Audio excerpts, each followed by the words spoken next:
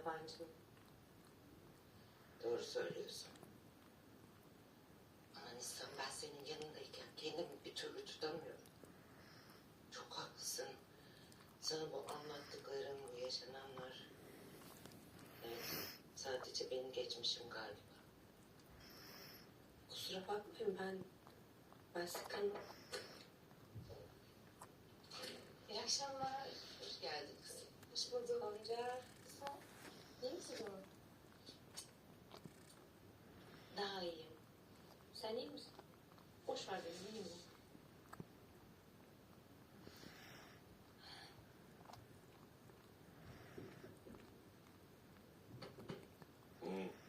Üstünden haber var mı? Var. Faruk'la konuştum. Durumu daha iyiymiş. Yavaş yavaş toparlıyormuş. Hatta biz içerideyiz diye delirmiş. Ben de kardeşlerimi